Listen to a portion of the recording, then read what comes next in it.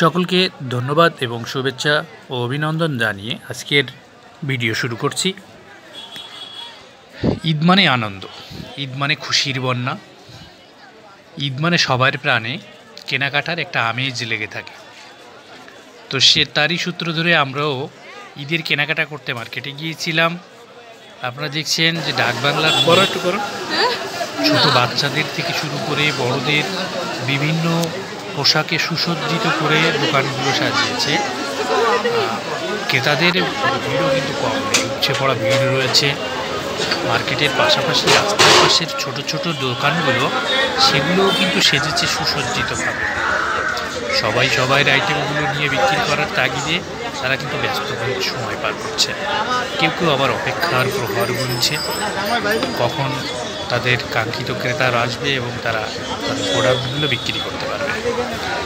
পাশাপাশি জুতোর দোকানগুলোও কিন্তু কোনো অংশে কমতি নয়, সেখানেও বেশ বেচাকেনা রয়েছে, তাদের খরিদ্দারদের বেশ ভিড়ও রয়েছে। ছোট থেকে শুরু করে বড়রা সবাই কিন্তু মার্কেটে তাদের ব্যস্ত সময় পার করছে। আমরাও গিয়েছিলাম খুলনা শপিং কমপ্লেক্সে, সেখানে কিছু কেনাকাটা করার পরে আমরা বাড়ির উদ্দেশ্যে রওনা হওয়ার জন্য বাইরে বেরিয়ে এলাম।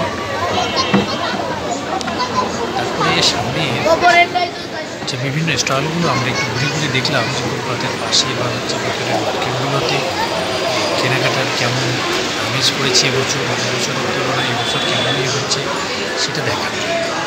তো ভালোই কিন্তু হচ্ছে, সময়ের সাথে সাথে মানুষের চাহিদাও বৃদ্ধি পাচ্ছে, কেনাকাটাও কিন্তু তদ্রূপভাবেই বৃদ্ধি পেয়ে চলেছে। জিনিসপত্রের দাম একটু বেশি ছিল, তারপরেও মানুষের কেনাকাটাই কিন্তু কমতি নেই।